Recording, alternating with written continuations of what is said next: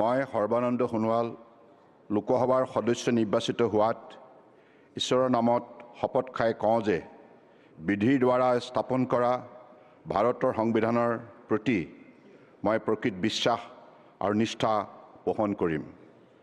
মই ভাৰতৰ প্ৰভুত্ব আৰু অখণ্ডতা অক্ষুণ্ণ ৰাখিম আৰু মই গ্ৰহণ কৰিবলৈ ওলোৱা কৰ্তব্য শ্ৰদ্ধাপূৰ্বক নিৰ্বাহন কৰিম।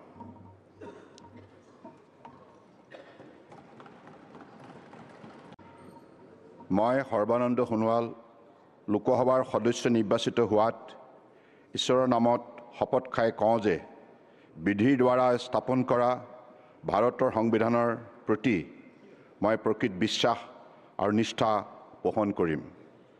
মই ভাৰতৰ প্ৰভুত্ব আৰু অখণ্ডতা অক্ষুণ্ণ ৰাখিম আৰু মই গ্ৰহণ কৰিবলৈ ওলোৱা কৰ্তব্য শ্ৰদ্ধাপূৰ্বক নিৰ্বাহন কৰিম।